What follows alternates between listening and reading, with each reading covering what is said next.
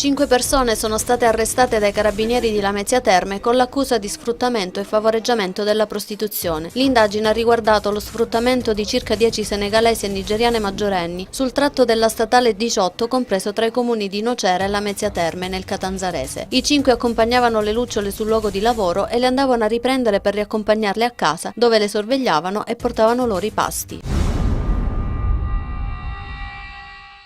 Due esponenti dell''Ndrangheta, Luigi Mancuso e Nicodemo Filippelli, affiliati alla locale di Legnano e detenuti a Pavia, stavano pianificando un'evasione dal carcere. Per riuscire nell'intento i due hanno chiesto l'aiuto di un agente carcerario. La squadra mobile di Milano ha così arrestato l'assistente capo della polizia penitenziaria Claudio Carlo Gallo, 45enne campano di origini svizzere. Le indagini condotte insieme con la polizia penitenziaria sono nate da una segnalazione degli stessi agenti carcerari di Pavia. Referente all'esterno dell'agente corrotto era il trentenne Alessandro Magaraci, barista in un locale di Legnano, intestato ad un incensurato ma riconducibile, secondo gli investigatori, agli stessi Mancuso e Filippelli.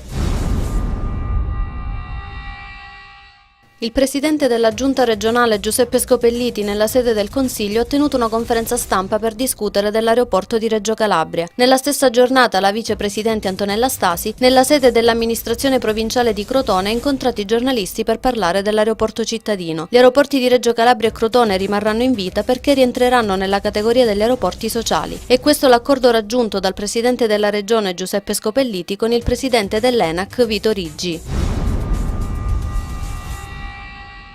Inaugurato stamattina a Catanzaro l'anno giudiziario, il presidente del TAR Giuseppe Romeo ha lanciato un grido d'allarme. Il 15% dei ricorsi presentati al Tribunale amministrativo della Calabria rischia di non avere alcuna decisione se non sarà incrementato il numero dei magistrati in servizio. L'anno scorso l'arretrato è stato ridotto all'8,51%. Nella sezione staccata di Reggio Calabria l'arretrato è stato ridotto al 36,89%.